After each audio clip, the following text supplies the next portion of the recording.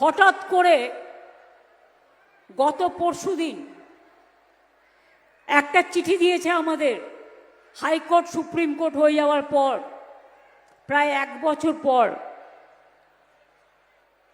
তাতে বলছে forced by court order 6 December থেকে রেস্ট্রিকটিভ কন্ডিশন দিয়েছে, শর্ত দিয়েছে। আমি বলি, তোমার এই কাগজটা দেখছো না, এই কাগজটার কোনো ভ্যালু নেই, এটা ভ্যালুলেস। আবার আমরা ক্ষমতায় আসব, তোমাদের ভিক্ষে আমরা চাই না।